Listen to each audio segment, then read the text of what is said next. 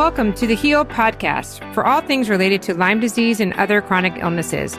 I'm Mimi McLean, mom of 5, founder of Lyme 360 and a Lyme warrior. Tune in each week to hear from doctors, health practitioners, and experts to hear about their treatments, struggles, and triumphs to help you on your healing journey. I'm here to heal with you.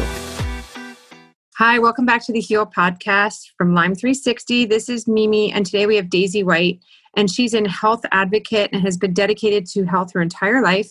She's a certified in Autonomic Response testing by the Klinghardt Academy, and also a certified health specialist and certified natural health professional through the Trinity School of Natural Health.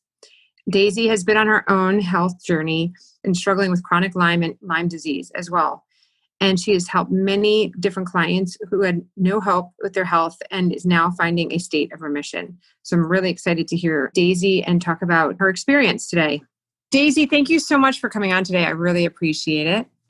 I wanted to first start out just having you talk about your own personal Lyme journey, if you're willing to share. Yes, of course.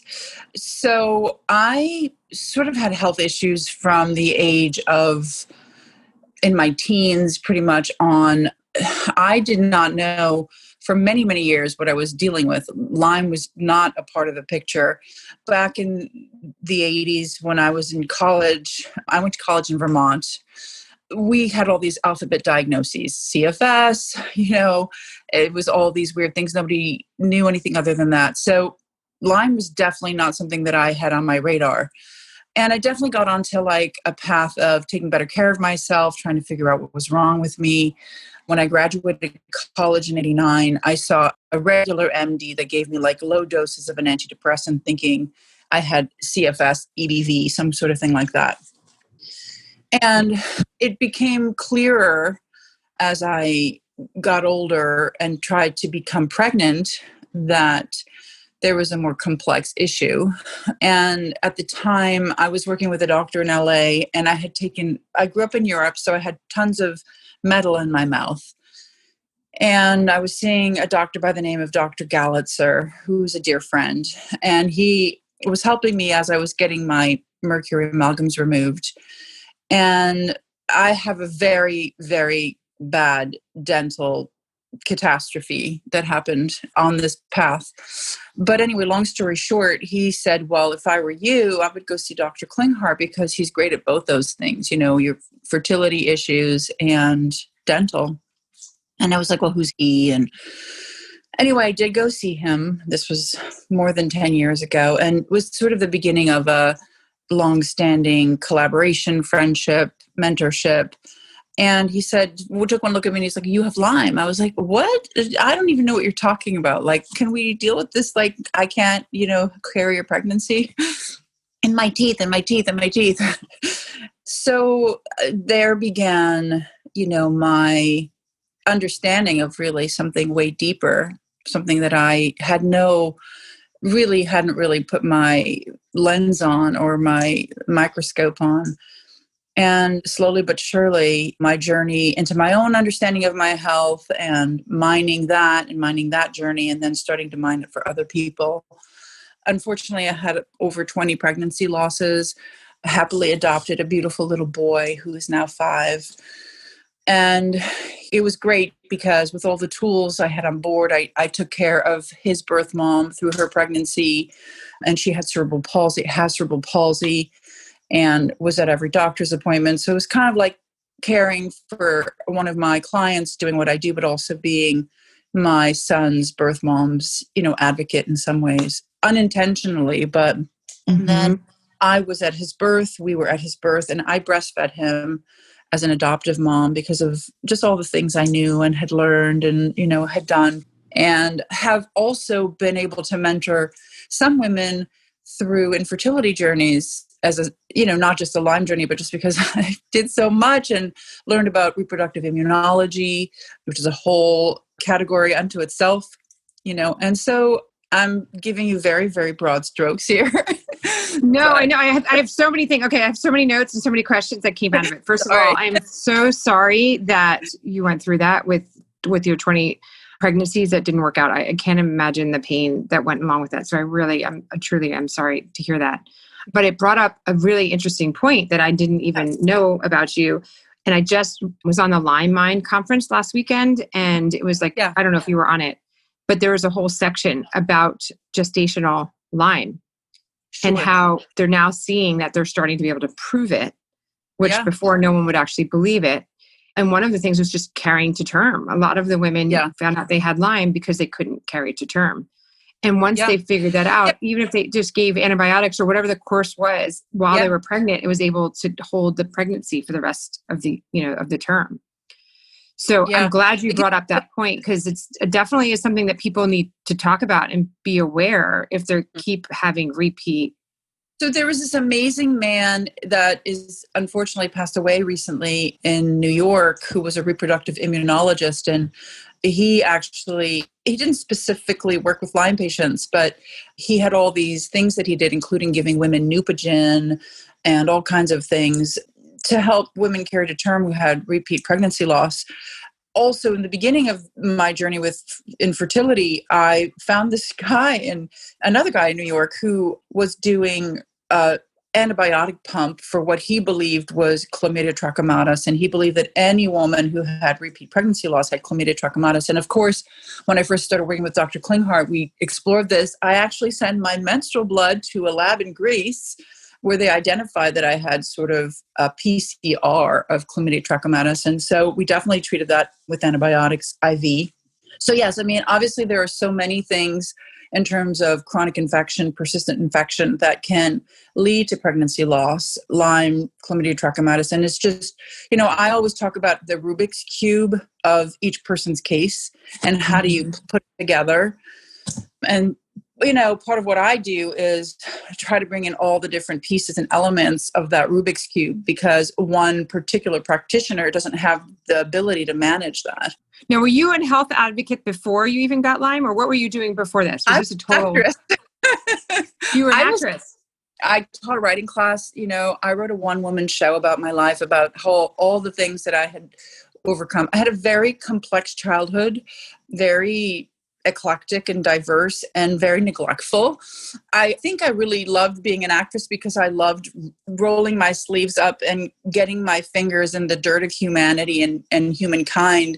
And so my perception of being an actor was, to be able to express all that. And then, as time went on and stuff, I recognized that the business certainly didn't have that aspect. So it really wasn't for me. But I did do this amazing one-woman show. I worked with an amazing mentor and director and teacher named Larry Moss, who directed a one-woman show about my life. And I mined it deeply. And it's interesting because in hindsight and working with Dr. Klinghardt, he does this thing called family constellation based on Bert Hellinger's work. And I essentially did my own family constellation without knowing that I was doing it. So in many ways, I was already doing this work. And I think at some point in my 40s, I surrendered to the fact, because I had done so much work on healing my own life because of my upbringing, that my mission here was to heal myself and help others heal, and, not to try to overthink it.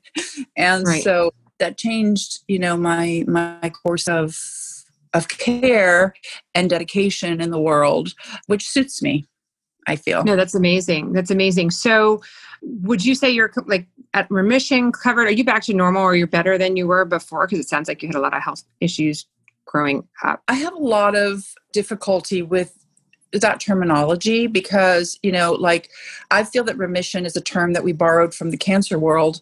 And I don't really know if I agree that we ever really have remission.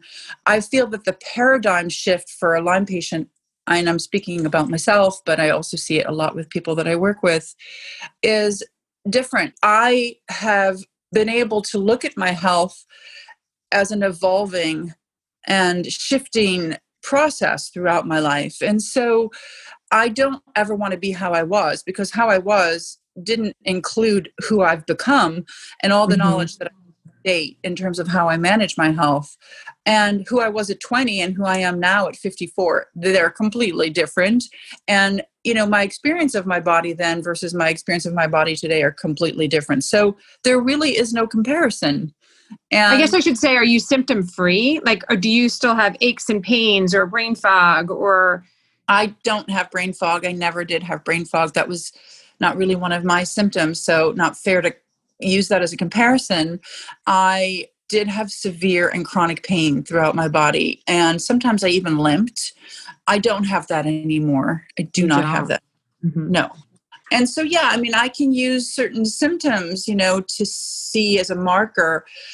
Let's just say this. I work with anywhere between 30 to 40 families at any given time. I travel all over the world, and I have a 5-year-old and a husband, and that's a lot to do. And I can do that. Yeah.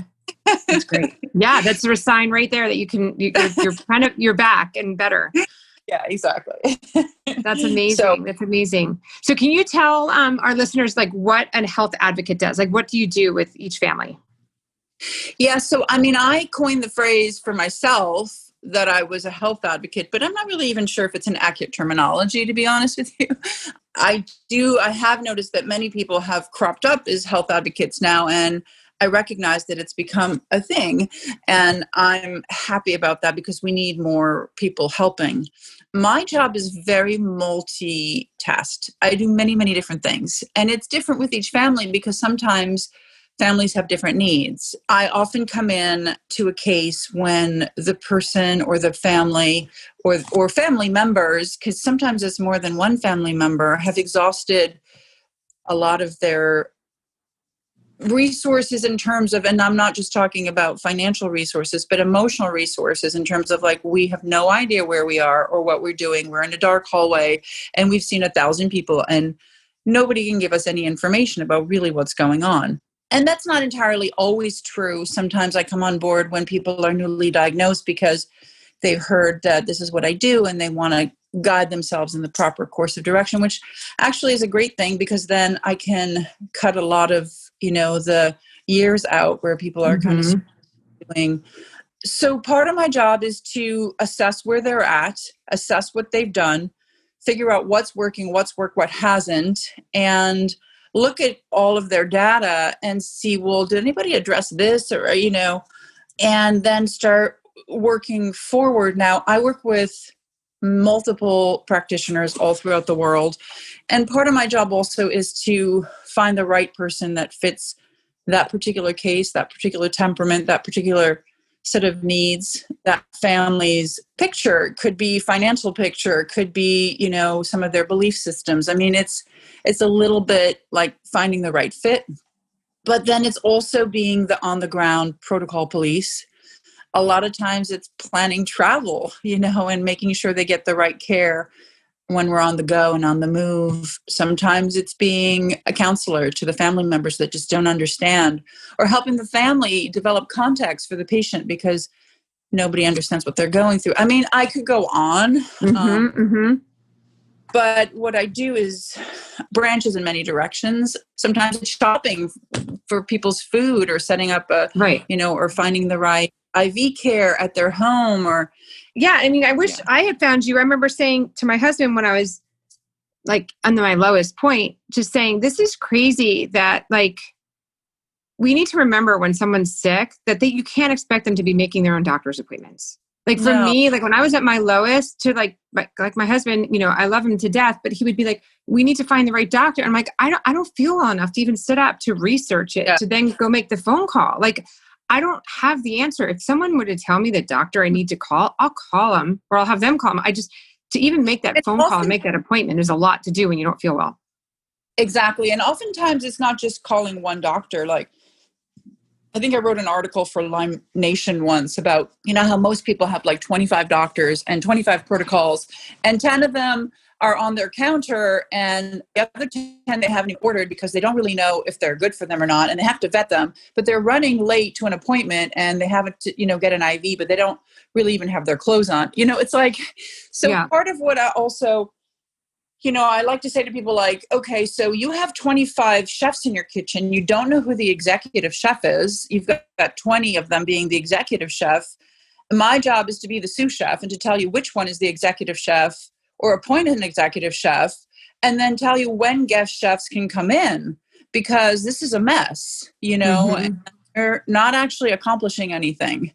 So if someone was newly diagnosed right now Mhm. and they were either Mhm. waiting for an appointment for you or didn't Mhm. know about you, what Mhm. would you recommend that they could do right from home right away? Like, is there anything that you're like, okay, you need to do immediately to get you on the right path while you're waiting for your appointment? Sure, and that's a good question. Unfortunately, there is no one size fits all answer. If someone's newly diagnosed and they have a Lyme Western blot positive, then of course, they should do a longer course of doxy than anybody will tell them. But that's, complicated at best. But there are some herbs. I mean, BioPure has the cocktail, which is a great, biocidin is one. I mean, there are some great herbs out there on the market now. The Cowden protocol has a lot of herbs also that kind of mimic some of that, or the cocktail mimics some of that. Or, I'm not big on like propriety when it comes to all these things because everybody's like, well, I invented that, but I invented that. But ultimately, there are amazing herbs that can be used for more chronic cases that don't even know where to begin. There's just so many tools. If Right. somebody was diagnosed newly and they had access to getting high dose vitamin C, that would be a great place to begin. Or even taking it orally. Mhm. There's a lot of things that can help with infection if people don't have a place to go yet. Do you find that most patients should be on the same kind of diet? Like a low gluten, low cal, or no? Well, yes. I don't think anybody, whether you're healthy or not, should be eating gluten. But I mean, I'm going to repeat myself again and again, but I just don't think that there is anything one size fits all. Like, Mhm.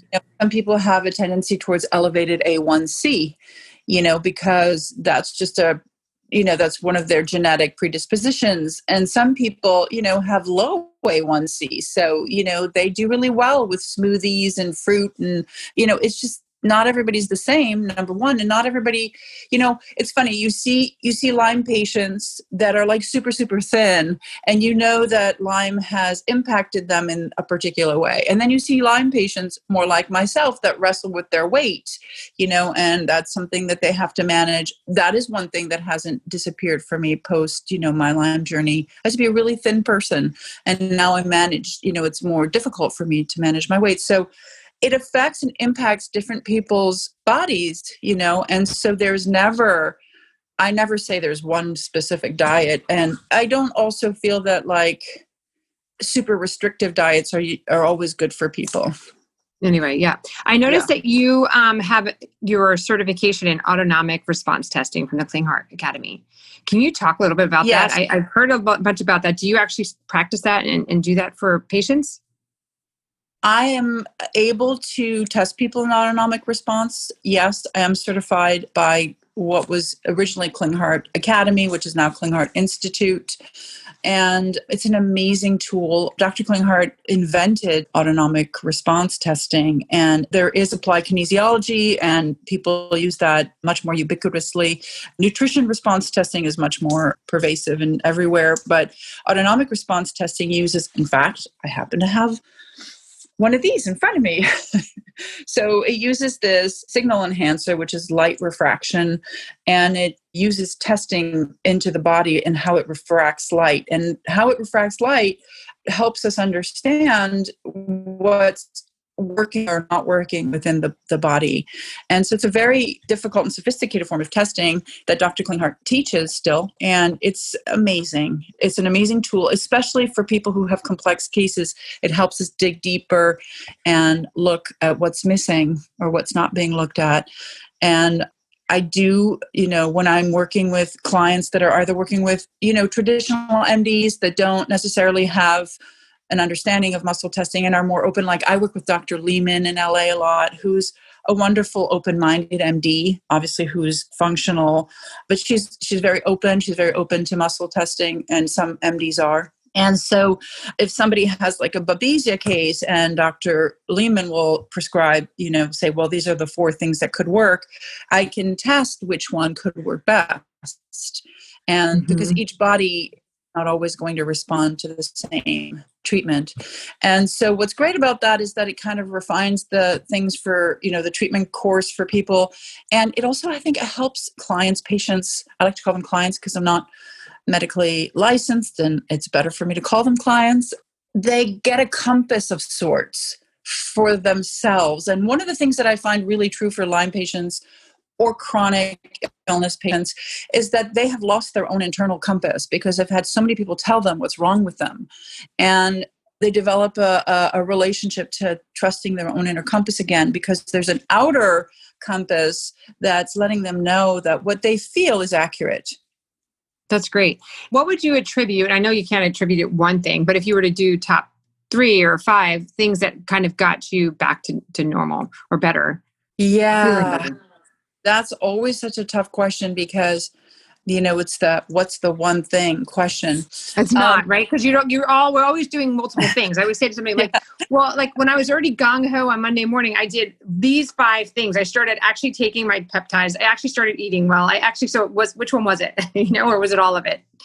Yeah, no, I can't really say, so much about the one thing, and I can certainly say about multiple things. I can definitely highlight or pinpoint some of the things that were very, very important in my case. And certainly my dental was a huge, huge thing for me. I have an honorary dental degree, unfortunately, but I had, 17 mercury amalgams, which were poorly removed. And when they were taken out, it was just the person who is no longer alive dug way too deep and really pretty much created a mouthful of root canals. Oh my And gosh. even though I didn't want the root canals, I was barely 40. I literally had very little choice other than to lose all my teeth at 40 or to, get root canals. And at the time I was not savvy enough, and I certainly didn't want to be toothless at 40. So I opted for lots of root canals, and I did them with ozone. I did them with this and I did them with that. And then I took all of the gutta percha or the special resin out. And then I went to a special dentist that would irrigate them with, hydrogen peroxide, medical grade, like once a month. And I would go home and I would be in like massive amounts of pain because it was just a disaster. And I finally conceded that they had to come out, and that I had to, stop having chronic infection in my mouth. And I work a lot with Swiss Biohealth Clinic for myself and for many of my clients. And I, was brave enough to remove all 14 of my root canals and zirconium implants, which I do. And that was a huge necessity and brave journey and choice, which I really did not want, but it worked. It helped. And then one of the things that was amazing for me, and I'm trying to potentially implement more of these throughout the world and the country, and is I have a friend in Tarzana, and he has what he calls it EBU. I call it RHP, recirculatory hemoperfusion.